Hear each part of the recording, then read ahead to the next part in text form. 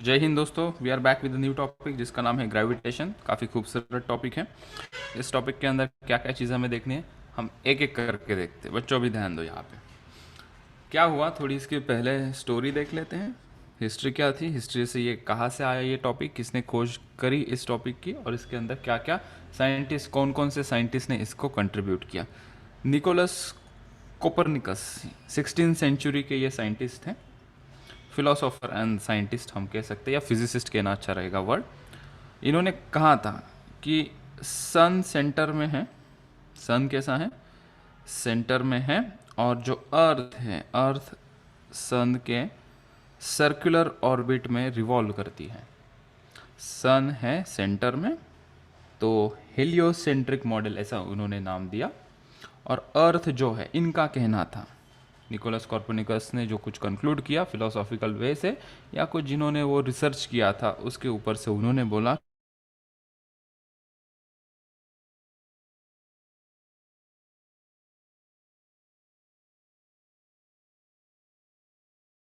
कि सन सेंटर में है भाई, और जो अर्थ है ना वो सर्कुलर। ऐसा 16 से इन्होंने इनिशिएट किया। इसके पहले भी कोई साइंटिस्ट आए होंगे, लेकिन इनका महत्वपूर्ण कंट्रीब्यूशन था। भले ही ये मॉडल गलत है, हमें आज के डेट में पता है कि अर्थ जो है सन के अराउंड इलिप्टिकल ऑर्डर में घूमती है, ठीक है। लेकिन इनको तब लगा, टेक्नोलॉजी नहीं थी, नया नया खोज चल रही थी, तो इनको लगा कि ऐसा है कि भाई अर्थ जो है वो सन के अराउंड सर्कुलर ऑर्बिट में घूमती है। बाद में आए टाइको ब्राहे। 16 सेंचुरी की बात है, ये भी सीखा है, तो इनका भी कॉन्सेप्ट अपडेट हुआ इनके द्वारा। इन्होंने क्या किया, इन्होंने बहुत मतलब मेहनती थे ये। इन्होंने क्या किया कि दिन भर ये एक ही काम करते थे। इनका एक ही काम था, रिकॉर्ड करना planetary motion with naked eyes, stars की पोजीशन, उसके बाद मून की पोजीशन। दिन भर ये क्या करते थे, इतना बड़ा पेपर लेते थे, उसके ऊपर एवरीडे 365 दिन एक ही काम करने का, कि आज ये स्टार यहाँ पे है तो इसकी पोजीशन मैंने यहाँ पे नोट डाउन कर दी, यही स्टार की पोजीशन अभी यहाँ पे है, इसकी पोजीशन मैंने नोट डाउन कर दी। तो इतना डेटा इन्होंने इकट्ठा किया। उनकी जो रूम थी, पैर रखने को जगह नहीं थी, इतनी स्पेस कागजों से भरी हुई थी। पूरा डेटा इन्होंने इकट्ठा किया। Let me see, few peoples are saying some. हाँ, तो नेटवर्क के बाद हम गए वापस। तो मैं ये कह रहा था, इनकी बात चल रही थी ट्राइको ब्राहे के, बहुत सारा डेटा इन्होंने इकट्ठा किया नेकेड आइज से। कोई इंस्ट्रूमेंट इनके पास नहीं था, टेलीस्कोप कोई नहीं था पास। 16 सेंचुरी में कहाँ से आएगा टेलीस्कोप, बहुत पुरानी बातें हैं। तो लेकिन इन्होंने बहुत अच्छा काम किया। इन्होंने ना बहुत सारा डेटा नेकेड आइज से इकट्ठा किया। कौन सा डेटा, प्लानिटरी मोशन का, स्टार की पोजीशन क्या है, बहुत सारा डेटा इकट्ठा कर लिया, इकट्ठा कर लिया, इकट्ठा कर, मर गए। मतलब इतने काम कर रहे थे, उम्र हो गई। वहाँ पे क्या है, उनकी उम्र जो होती है, आदमी 40 से 50 साल तक भी जब ज़िंदा रहा तो भी बहुत बड़ी बात है, क्योंकि तब इतना मेडिकल में टेक्नोलॉजी एडवांस नहीं गई थी, तो ये जल्दी जल्दी मर जाते थे लोग। तो ये मर गए। उनके बाद आ गए केपलर साहब, जॉनस केपलर। इन्होंने 3 लॉ जो हमें बताए हैं, हमें क्लास 10 में भी पढ़े थे, केपलर प्लानिटरी मोशन के लॉ। तो इन्होंने क्या किया, इन्होंने इनका जो डेटा था, इन्होंने जो मेहनत की थी, टाइको ब्राहे ने क्या मेहनत की थी, बहुत सारा डेटा इकट्ठा करके रखा हेलो था। सर, मेरा आपका आवाज़ मुझको बिल्कुल नहीं आ रहा है। बाकी लोगों को भी वैसी सिचुएशन है। नहीं सर, आ रही है आपकी नहीं आवाज। सर, एकदम ओके, क्लियर सो आ रहा है। मेरे साइड से तो क्लियर है फिर। ओके, सो इन्होंने जोनाथन केपलर ने किया कि मुझे इनका जो किसी का डेटा था आवाज़ नहीं टाइको आ रहा है ब्राहे सर। का, बाकी लोगों का आ रही है Kamesh, you check your network. Okay, so Kepler ने कहा कि मैं इनका इनका पूरा डेटा पढ़ता हूँ। तो इन्होंने इनका डेटा पूरा पढ़ा, इनको बहुत हेल्प हुई जोनाथन केपलर ने। 17 सेंचुरी, 17 सेंचुरी मतलब इनसे तो यंग ही होंगे, और यंग ब्लड हमेशा थोड़ा स्मार्ट होता है। सो इन्होंने इनका पूरा डेटा कंपाइल किया। इनका पूरा डेटा क्या किया, कंपाइल किया और एनालिज किया। इनको ब्राहे का जो डेटा था उनको पूरा एनालिज किया, और इन्होंने 3 लॉ बनाए based on this Tycho Brahe's effort. He made 3 laws, और खुद का भी दिमाग लगाया उन्होंने, और 3 लॉज हमें बताए, ठीक है। और ज्योमेट्रिकल ऑप्टिक्स में भी इनका बहुत सारा कंट्रीब्यूशन हमें था। ओके, सो इनके पास थोड़ी टेक्नोलॉजी थी, टेलीस्कोप वगैरह थोड़ी सी टेक्नोलॉजी आ गई थी, और इनके डेटा के सहायता से इन्होंने 3 लॉ हमें बताए, ठीक है। फिर हम आगे चलते हैं कि इस टॉपिक में पढ़ना क्या है हमें। अब इन्होंने 3 लॉ जो बताए हैं, उसके बाद न्यूटन ने भी कुछ चीज़ें यहाँ पे कही थी। न्यूटन ने अपना अपना कंक्लूजन किया था, न्यूटन्स लॉ ऑफ ग्रेविटेशन। हम एक पढ़ेंगे Newton's law of gravitation. Newton का बोलबाला था भाई। न्यूटन ने पहले से ही हमारे को लॉ ऑफ मोशन दिए थे, first law of motion, second और थर्ड। उसके बाद इन्होंने ग्रेविटी के अंदर भी कुछ चीज़ें बताई थी। तो हुआ क्या था, न्यूटन की अगर बात कर ले हम यहाँ पे, अगर न्यूटन के बारे में कुछ चीज़ें बताएं, न्यूटन साहब ने क्या किया था, तब ना कुछ ऐसा पेंडेमिक हुआ था 18 सेंचुरी की बात है I guess, if I am not wrong. 18 century में वैसे ही हमारे जैसे कोरोना की वजह से जैसे लॉकडाउन वगैरह लगा था और पूरी दुनिया ठप पड़ गई थी। उस वक्त 18 सेंचुरी में कोई महामारी आई थी, शायद से प्लेग वगैरह ऐसा कुछ आया था, आई एम नॉट श्योर कि कौन सा ही आया था। तो सब घर पे बैठे थे, तो न्यूटन साहब खेती करने चले गए। न्यूटन साहब कहाँ गए, खेती करने चले गए। तो तब वो करते करते करते करते उन्होंने फिर ग्रेविटेशन के बारे में सोचना स्टार्ट किया। उनको इंटरेस्ट आया कि ग्रेविटेशन के बारे में पढ़ते हैं, और ग्रेविटेशन का भी एक लॉ उन्होंने बता दिया। और कुछ चीज़ और वो कर रहे थे, ठीक है, और एक दो चीज़ें वो पढ़ रहे थे ग्रेविटेशन के। अभी देखो पैंडेमिक में, लॉकडाउन में हम सब लोग घर पे थे, तो वो खेती करने चले गए, खेत में बैठे थे, तारे देख रहे थे क्या है कैसा है सब चीज़ें। तो वो वैसे जैसे एप्पल गिरने के बाद उन्होंने लॉ ऑफ मोशन बना दिया, वैसे ही इन्होंने ग्रेविटेशन का भी तभी खोज कर ही ली थी। ग्रेविटेशन का जो एप्पल फॉल हम बोलते हैं ना, पेड़ के ऊपर से एप्पल नीचे गिरा और इन्होंने ग्रेविटी की खोज की। तो खेत में बैठे थे, तो इनकी खोज इन्होंने लगा दी, और साथ साथ उनको कुछ काम करना था, एंड उनको और कुछ काम करना था। तो उन्होंने integration, mathematical tool integration and differentiation, इसके अंदर भी अच्छा खासा कंट्रीब्यूशन दिया। कितना दिमाग लगाया होगा ये आदमी ने। मैथमेटिक्स के अंदर भी इंटीग्रेशन, डिफरेंशिएशन और दो तीन कुछ एस्पेक्ट से उसके बारे में खोज की, ग्रेविटेशन की भी तलाश की, लॉ ऑफ मोशन भी बताएं, और हमें उसे अभी पढ़ना है 1 बाय 1, ठीक है। तो उससे बहुत ज़्यादा हेल्प हमें अभी हो रही है। अभी चलते हैं, ये तो हो गई हिस्ट्री और उसके बारे में छोटी मोटी बातें मैंने बता दी है। अभी कोर टॉपिक के अंदर आते हैं कि ग्रेविटेशन होता क्या है, और धीरे धीरे टॉपिक को हम आगे बढ़ाएंगे towards the Newton law of gravitation. तो मेरे साथ सभी लोग हेडिंग दोगे, यहाँ पे हम लिखेंगे ग्रेविटेशन। ग्रेविटेशन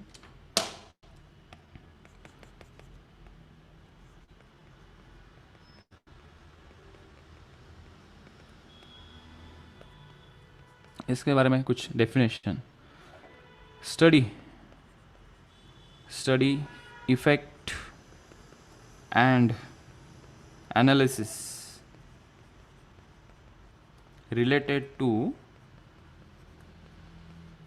gravitational field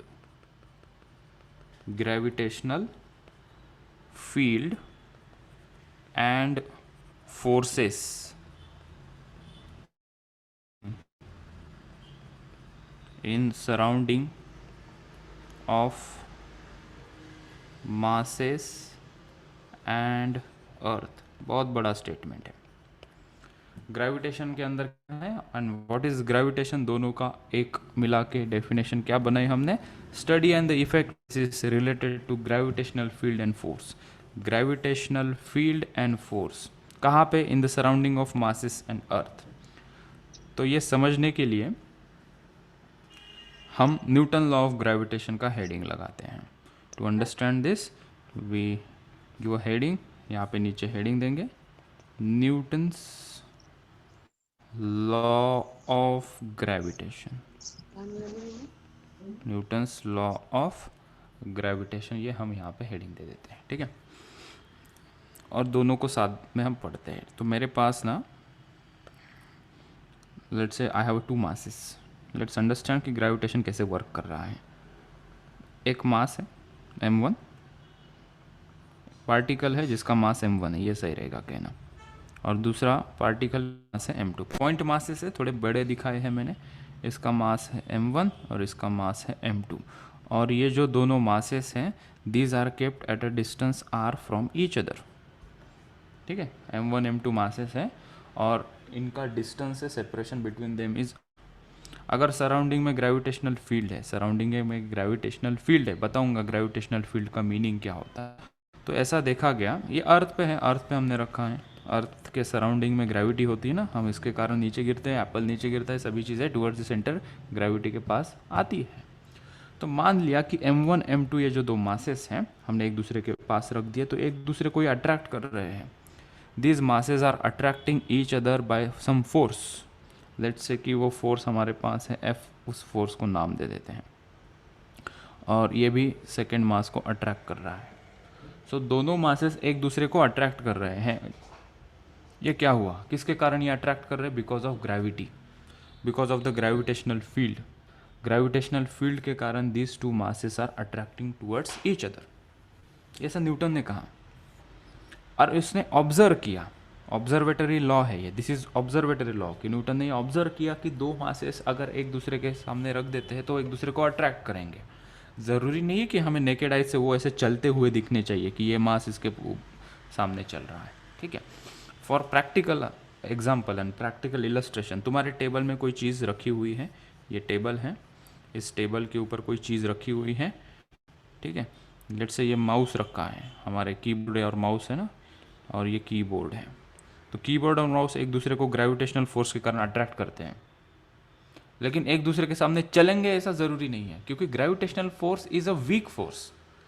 जैसे कि हम मैग्नेट रख देंगे, एक दूसरे के सामने चिपक जाते हैं, they attract each other, because magnetic force is a very strong force. Gravitational force is one of the weakest force, लेकिन it is a long range force, it is a very long range force. दूर दूर भी distance रहा तो एक दूसरे को attract कर सकते हैं, बट नॉट नेसेसरी कि यहाँ पे हमने जो पॉइंट मासेस लिए है वो चलने ही लगेंगे, लेकिन फोर्स एक्सपीरियंस करेंगे। अगर ये m1 यहाँ पे m2 के सामने मैंने रखा है, तो m2 will get attracted towards m1। m1 क्या करेगा, m2 को खींचेगा अपनी तरफ, m2 क्या करेगा, m1 को अपनी तरफ खींचेगा, because of gravity presents in the surrounding, ठीक है। तो ये ऑब्जर्व किया न्यूटन साहब ने, तो इसके ऊपर और क्लैरिटी देते चले जाते हैं हम। चलो, सो उसने क्या कहा, न्यूटन ने क्या कहा, ऑब्जर्व किया। तो सबसे पहला पॉइंट हम यहाँ पे लिख लेते हैं कि ये जो न्यूटन्स लॉ है वो कैसा है, ये ऑब्जर्वेटरी लॉ है। तो कैसा लॉ है ये, उसने कहा कि ये जो फोर्स है इन मासेस के बीच में वो डायरेक्टली प्रोपोर्शनल टू है प्रोडक्ट ऑफ मासेस। ये कहीं ना कहीं हमने पढ़ा होगा, 10th स्टैंडर्ड में भी था ये न्यूटन लॉ ऑफ ग्रेविटेशन। तो इनके बीच में वो किसके डायरेक्टली प्रोपोर्शनल है, प्रोडक्ट ऑफ मासेस।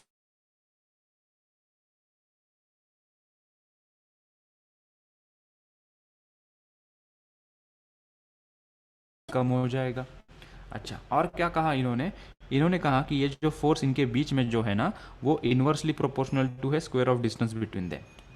इनके बीच का डिस्टेंस अगर हम कम कर देते हैं बेटा, यहाँ पे लेके आते तो फोर्स बढ़ेगा, क्योंकि फोर्स और डिस्टेंस का न्यूटन ने रिलेशन लगाया कि वो inversely proportional, square of inversely proportional of distance. Distance बढ़ाएंगे तो स्क्वायर टाइम्स फोर्स कम हो जाएगा, डिस्टेंस बढ़ाने से फोर्स कम हो जाएगा, डिस्टेंस कम करने से फोर्स बढ़ जाएगा, मासेस बढ़ाने से, मास बढ़ाने से फोर्स बढ़ जाएगा। ऐसी दो चीज़ें इसने ऑब्जर्व की, ठीक है। फिर अभी इनको कंपाइल करते हैं तो हमें फॉर्मूला लॉ ऑफ ग्रेविटेशन का। सो फोर्स डायरेक्टली प्रोपोर्शनल था product of masses and it is inversely proportional to square of distance between them.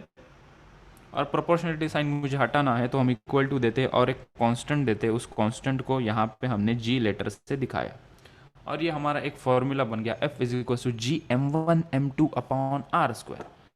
ये टॉपिक का सबसे पहला और सबसे इजी फॉर्मूला हमें मिल गया, F is equal to G m1 m2 upon r square. ये न्यूटन ने बताया था कि कोई मासेस होते हैं, पॉइंट मासेस होते हैं, उनके बीच में जो फोर्स ऑफ अट्रैक्शन होगा, और फोर्स ऑफ अट्रैक्शन ही होगा, gravitational force is a attractive force, ripple नहीं करेंगे, ये अट्रैक्ट ही करेंगे। फॉर्मूला मिल गया। उसके अंदर अभी जी की बात कर लेते हैं, व्हाट इज जी, कांस्टेंट है, तो ऑब्जर्वेशन किया गया और मैथमेटिकल कैलकुलेशन उसको करना पड़ेगा ना। जी की वैल्यू हम ऐसे नहीं थोड़ी मन में ऐसे बैठे कभी बता दिया जी की वैल्यू ले लो 3 इंटू 10⁸, 3 इंटू 10⁸ ले लो, ऐसा नहीं, इसने मैथमेटिक्स किया होगा पीछे। और वो मैंने बताया ना कि पैंडेमिक चल रहा था और साथ में इनको मैथ्स की ज़रूरत थी, वो मैथ्स इसके लिए ज़रूरी था, इनको जी की वैल्यू निकालने के लिए जो मैथ्स ज़रूरी था वो मैथ्स की भी खोज इन्होंने की, ठीक है। क्योंकि कोई भी चीज़ सॉल्व करने के लिए तुम्हारे पास मैथमेटिकल इक्वेशंस चाहिए। अभी तो हमारे पास पूरा मैथ्स आ गया है, पूरा तक मैथ्स आ गया, लेकिन तब न्यूटन इसकी जो खोज कर रहा था तब मैथ्स इतना अवेलेबल नहीं था, तो उसने खुद का दिमाग लगा के मैथ्स के अंदर की टर्म्स निकाली और जी की वैल्यू उन्होंने बताई। और जी का सबसे पहले हम नाम जानते हैं, जी का नाम किसको पता है, जी माने genius, universal gravitational constant, universal gravitational constant. और ये जी स्मॉल जी से अलग होता है। जो 9.8 वाला लेते हैं वो जी, वो एक्सेलरेशन ड्यू टू ग्रेविटी है। That small g is nothing but 9.1 metre per second square. इसका और इसका दूर दूर तक कनेक्शन नहीं है। इसकी वैल्यू कांस्टेंट होती है, जी की वैल्यू वेरी होती है प्लानेट टू प्लानेट। ठीक है, और रिलेशन भी बता देंगे हम, जी और स्मॉल जी के बीच में जो दूर दूर का रिलेशन है वो क्या है। इसकी वैल्यू है, कैपिटल जी की यूनिवर्सल ग्रेविटेशनल कांस्टेंट की वैल्यू है g is equals to 6.67 into 10⁻⁻11। Unit measurement and dimension में जब मैंने पहले सिखाया था तब हम इसका एग्जांपल लिया था कि भैया अगर ऐसा फॉर्मूला तुम्हारे पास है और मैं कहूँ ये g की वैल्यू है तो इसका यूनिट क्या होगा, इसका यूनिट मुझे निकालना है। तो यहाँ से निकालना बड़ा सिंपल है इसका यूनिट। अभी g का मुझे यूनिट निकालना है which is universal gravitational constant, जो ये फॉर्मूला के अंदर यहाँ पे हमें दिख रहा है। तो क्या करो भाई, इस फॉर्मूला को उठाओ, इस फॉर्मूला को उठाते हैं। किया मैंने इसको कॉपी और यहाँ पे मैंने पेस्ट किया। अब इसको थोड़ा मॉडिफाई करते हैं। Let's modify this formula in terms of g, f into r square divided by m1 into, ये g के टर्म में फॉर्मूला बन गया। हमें इसका यूनिट निकालना है इसलिए मैं g के टर्म में लिख रहा हूँ। अभी यहाँ पे मुझे बताओ f का क्या यूनिट है, न्यूटन। न्यूटन। आर स्क्वायर मतलब डिस्टेंस का स्क्वायर है, मतलब मीटर स्क्वायर है तो मीटर स्क्वायर। ये केजी है और ये भी क्या है, केजी है। तो इसका यूनिट बेटा हमें मिल गया, हम आसानी से लिख सकते हैं इसका यूनिट। मैं पहले यहाँ पे थोड़ी जगह बनाने की कोशिश करता हूँ, ये यहाँ पे जगह बन गई। तो यहाँ से मिला मुझे इसका unit, Newton metre square divided to KG is KG square. ठीक है, Newton metre square upon KG square is the unit of gravitational constant. ठीक है, छोटी छोटी बातें हो गई इसकी। फिर से बता दें, ग्रेविटेशनल के अंदर हम स्टडी इफेक्ट एंड एनालिसिस करेंगे ग्रेविटेशनल फील्ड का और उसके फोर्सेस का। ठीक है, अभी मैं ग्रेविटेशनल फील्ड बता रहा हूँ क्या है।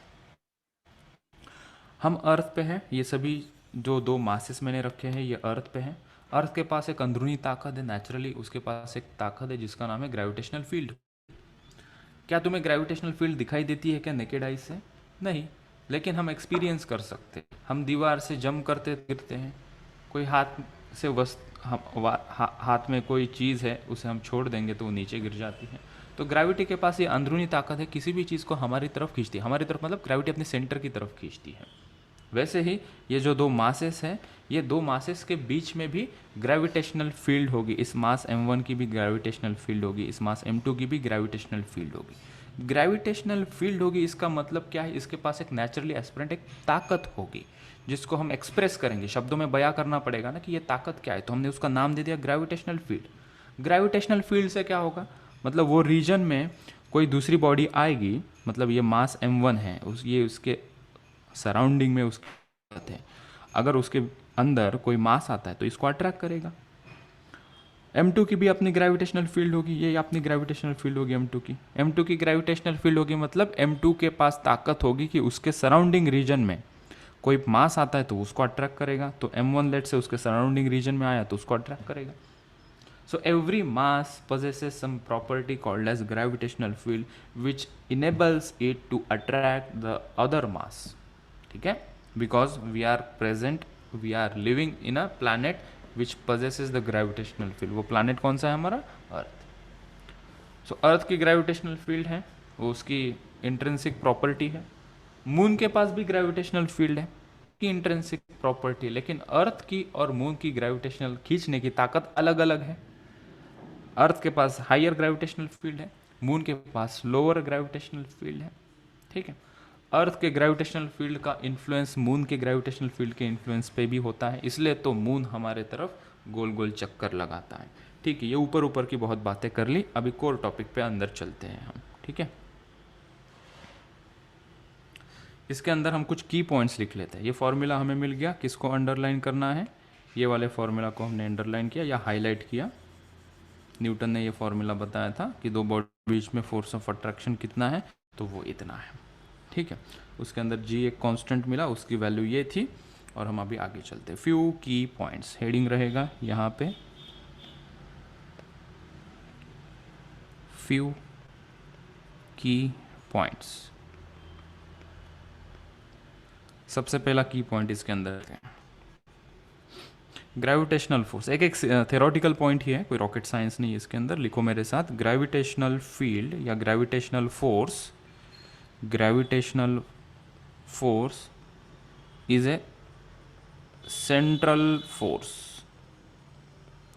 Gravitational force is a central force. Central force मतलब क्या है? ये हमेशा एक दूसरे की तरफ अट्रैक्ट करेगा। अभी ये जो मास m1 है, लेट्स से ये मास m1, ये मास m2, एक दूसरे को वो अट्रैक्ट कर रहे हैं, ये force F।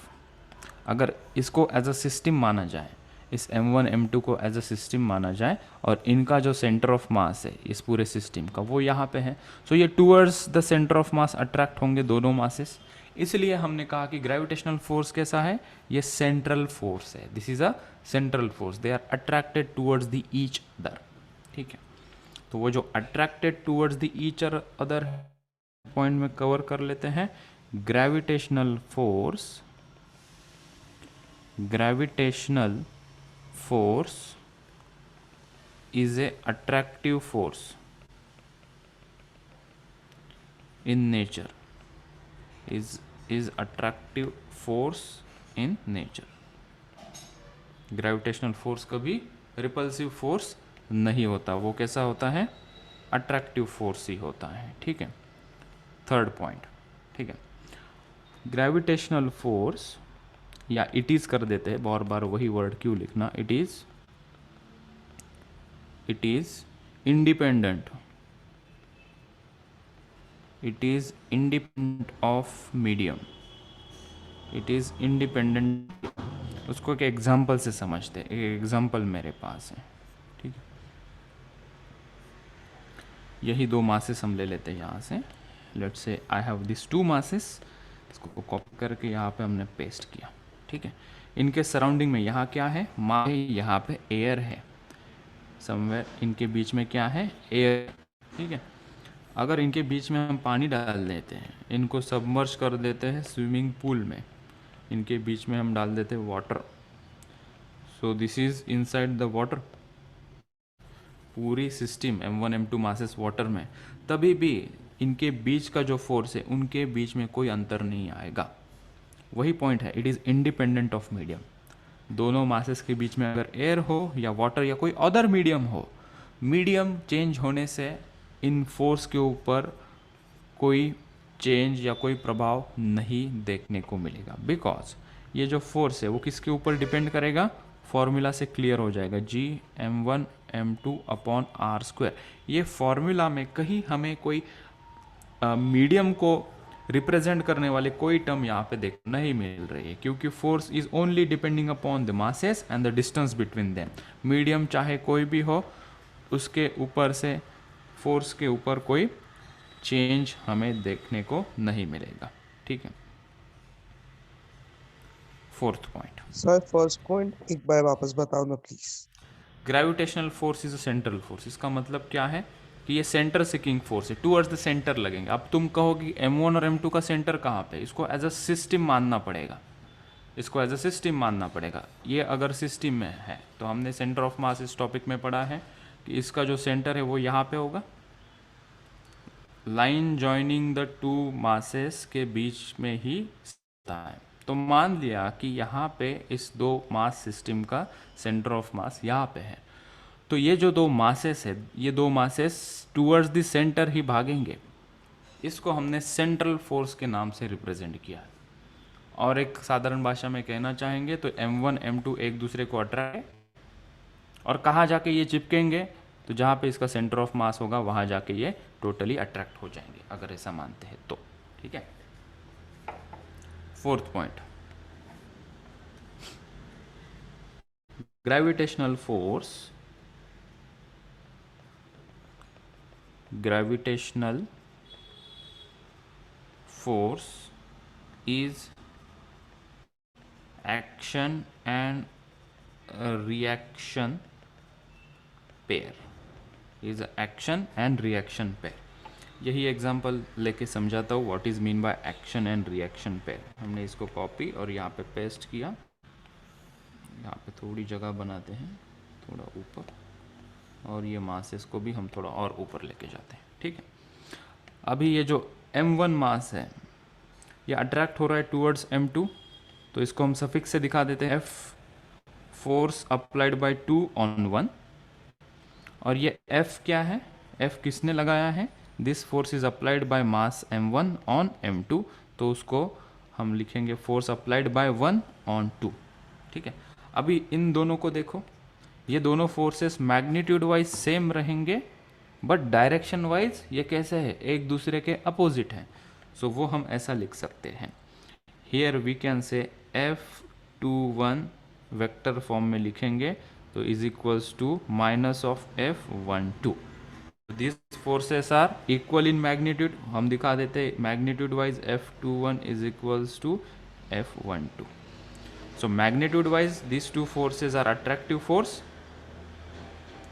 but their direction are in the opposite direction. Attractive forces का डायरेक्शन एक दूसरे के अपोजिट ही होगा, तभी तो अट्रैक्ट करेंगे, सिंपल पॉइंट है, इसलिए हमने लिखा gravitational force is action and reaction पे। ऐसा नहीं होगा कि ये मास यहाँ पे और सिर्फ एक यही अट्रैक्ट करते जा रहा है, तो ये भी मास इसको अट्रैक्ट करेगा और ये भी मास इसको अट्रैक्ट करेगा, इसलिए हमने एक्शन रिएक्शन पेयर में बताया है।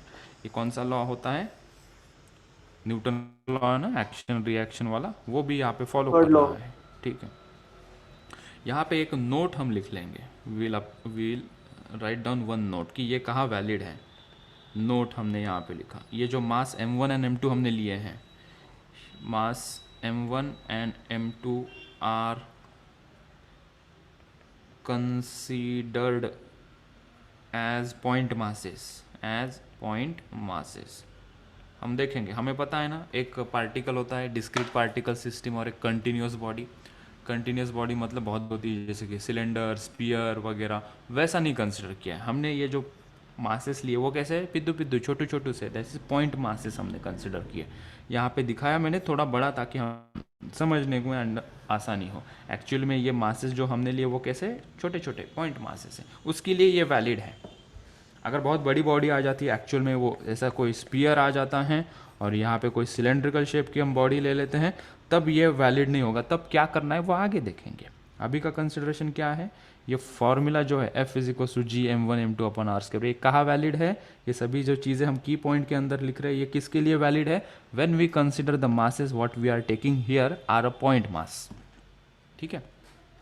चल, तो वो भी पॉइंट मैं यहाँ पे लिख लूँ क्या, फिफ्थ पॉइंट, इसको छोटा कर देता हूँ, जो मैंने अभी जस्ट रिसेंटली बोला है उसको हम एज अ फिफ्थ पॉइंट बना के नीचे लिख लेंगे। सो this is a fifth point, ये नहीं था कलर, ये था, ठीक है। अबोव कंसिडरेशन, अबोव डिस्कशन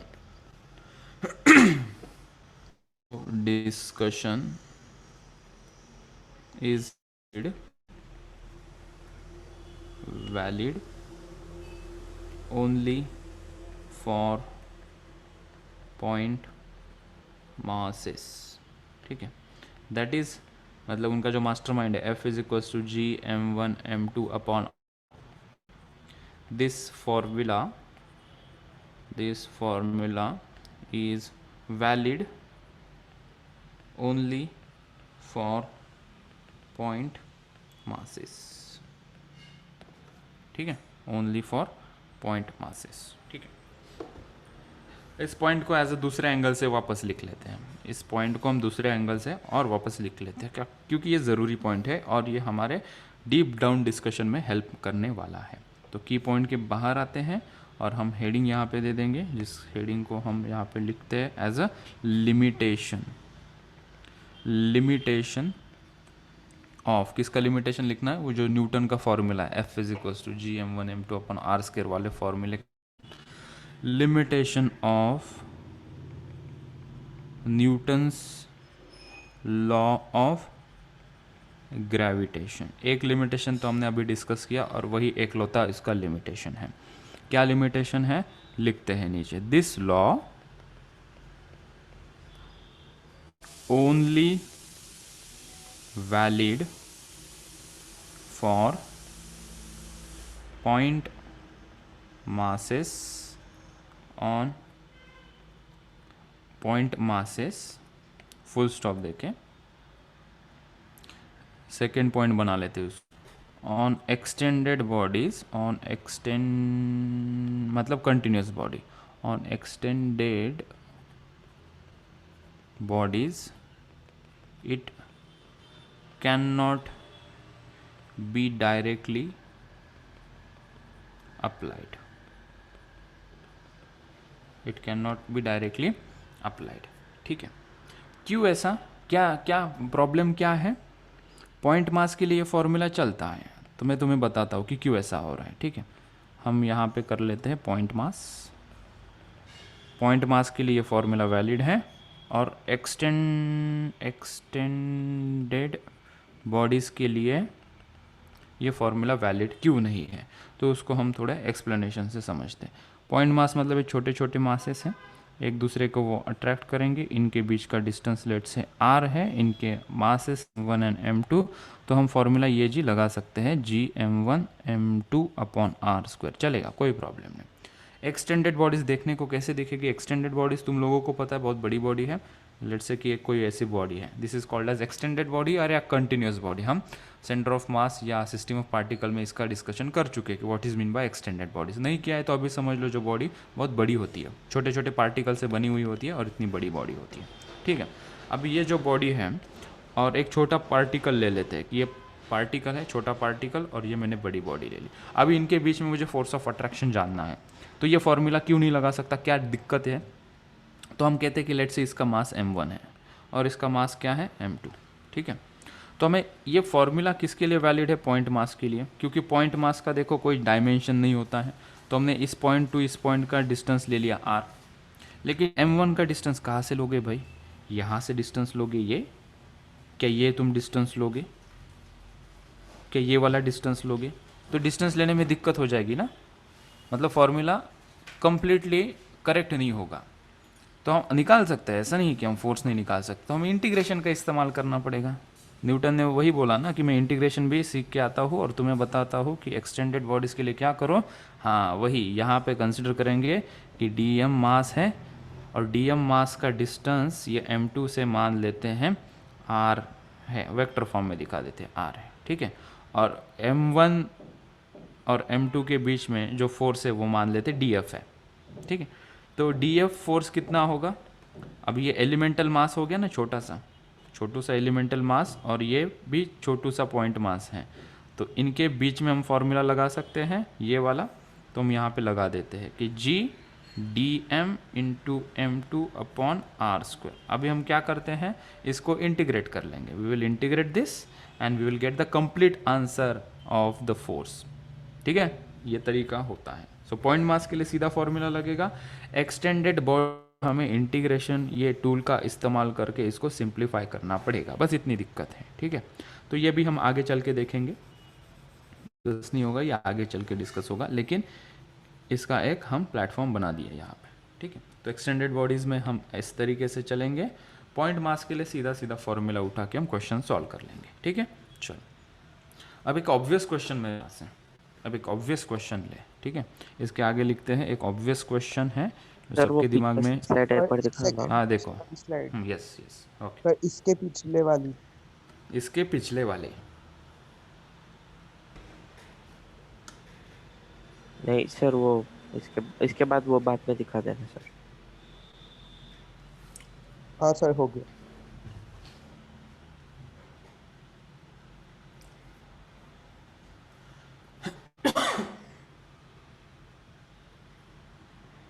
चलो आगे एक ऑब्वियस क्वेश्चन देखते हैं जो डिस्कशन किया है उसके ऊपर से एक ऑब्वियस क्वेश्चन देखते हैं चलो सर ये सब Obvious जो है question. न्यूटन के लॉ में ही है यस या इंट्रोडक्शन पढ़ रहे हैं नहीं अभी हम कोर टॉपिक पे आ गए बेटा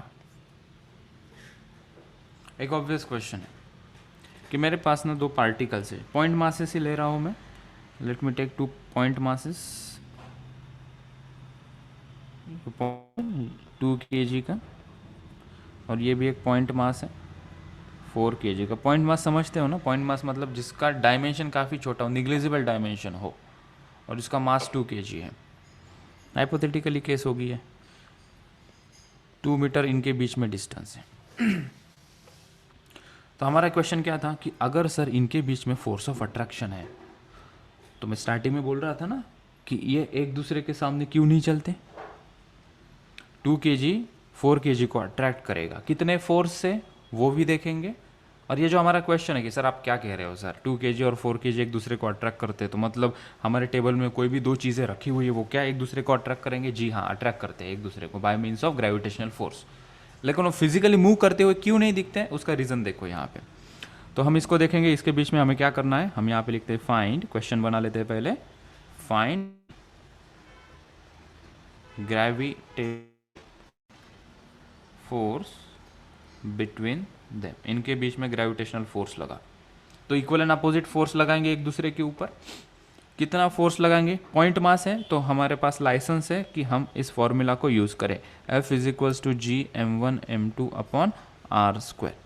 जी की वैल्यू रख देते हैं यहाँ पे, कितनी होती है 6.67 into 10 to the power -11 into m1 कितना है 2 kg, m2 कितना है 4 kg divided by distance between them is 2, तो 2 का स्क्वायर कर दिया।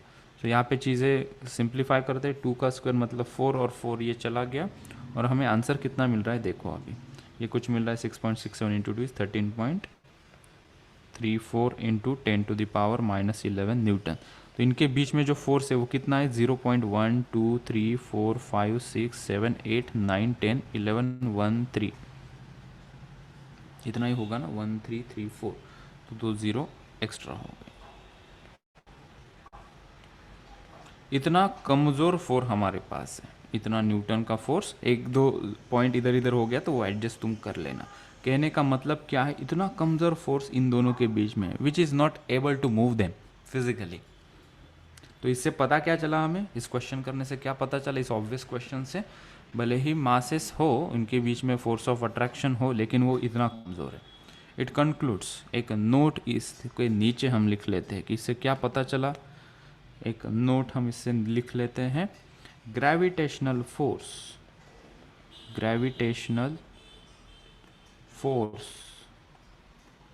इज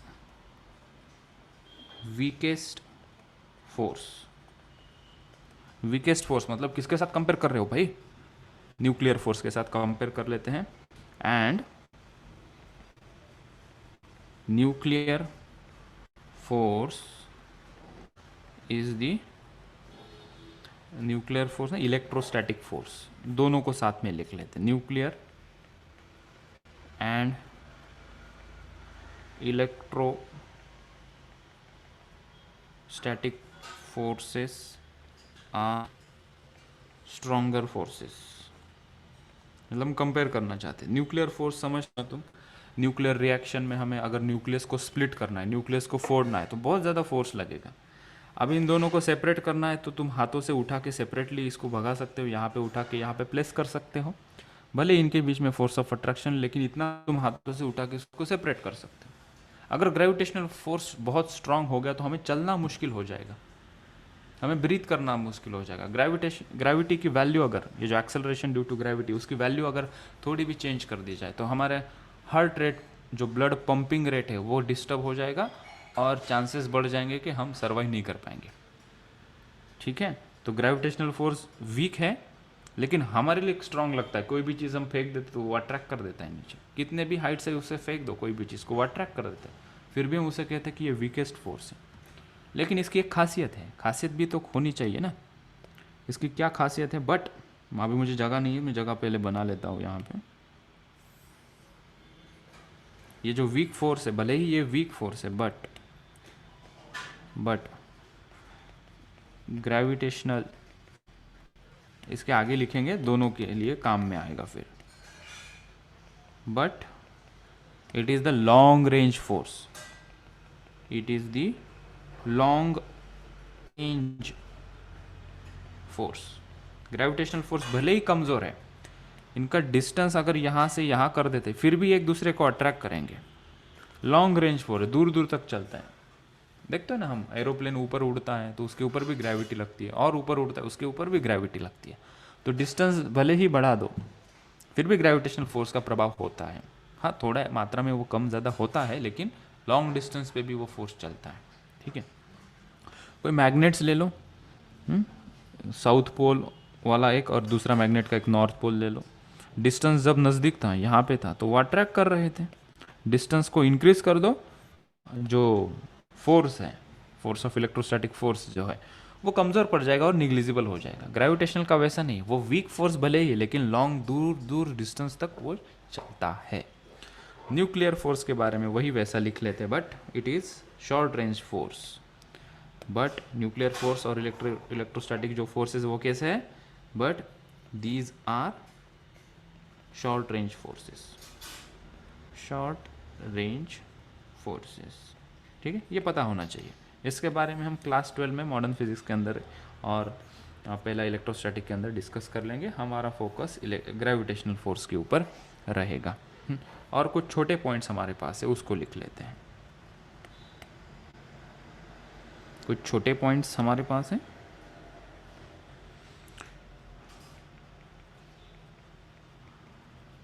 छोटे points,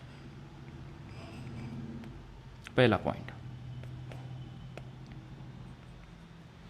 in Newton laws of motion, इन जो न्यूटन लॉ एनएलएम में देखा था ना, in Newton's laws of motion topic में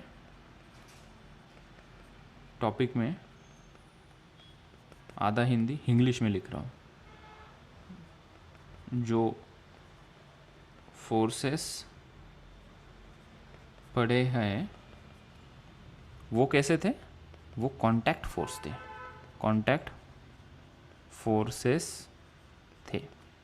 फॉर एग्जांपल कौन से फोर्सेस हमने पढ़े थे भाई, वहाँ पे हमने पढ़ा था टेंशन इन द स्ट्रिंग, फिर दूसरा कौन सा पढ़ा था, फ्रिक्शन फोर्स, तीसरा एक्सटर्नल फोर्स जो लगा रहे थे हम, एक्सटर्नल फोर्स। ठीक है, ये सभी, इनको क्या कहते हैं कैटेगरी वाइज, इसको क्या कहते हैं, दीज आर कॉन्टैक्ट फोर्स।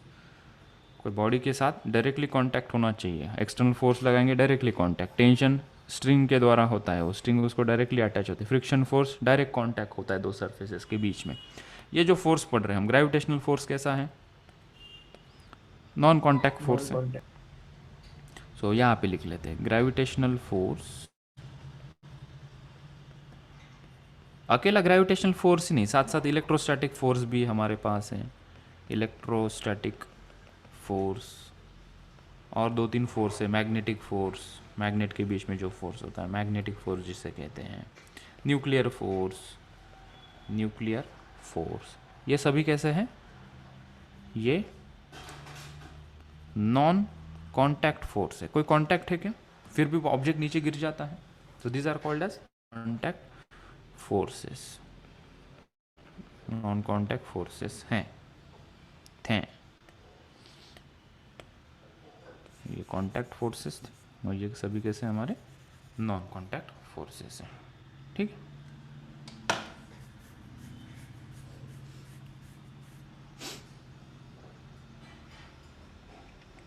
अभी हमें कंसेप्चुअल अंडरस्टैंडिंग करनी है, जहाँ पे एक्सटेंडेड बॉडीज़ के लिए हम फोर्स ऑफ अट्रैक्शन कैसे डिफाइन करेंगे। कल के लेक्चर में हम क्या पढ़ेंगे कि हमारे पास ये कोई रॉड है जिसका मास कैपिटल M है और एक छोटा सा पॉइंट है जिसका मास स्मॉल m है। ठीक है, अभी इनके बीच में मुझे ग्रेविटेशनल फोर्स फाइंड आउट करना है। इनके बीच में मुझे ग्रेविटेशनल फोर्स फाइंड आउट करना है। तो कैसे फाइंड आउट करेंगे, डायरेक्टली ये फॉर्मूला तो नहीं लगा सकते हम, Gm1m2/r², क्योंकि ये एक्सटेंडेड बॉडीज़ है, हमें इंटीग्रेट करना पड़ेगा। इंटीग्रेट कैसे करेंगे, इसका एक छोटा एलिमेंट हम कंसिडर करेंगे और इनके बीच में हम एक फॉर्मूला डिफाइन कर लेंगे। ठीक है, तो वो चीज़ हम कल पढ़ते हैं, आज के लेक्चर में इतना काफ़ी। सर ये पॉइंट्स वापस रिपीट करो ना।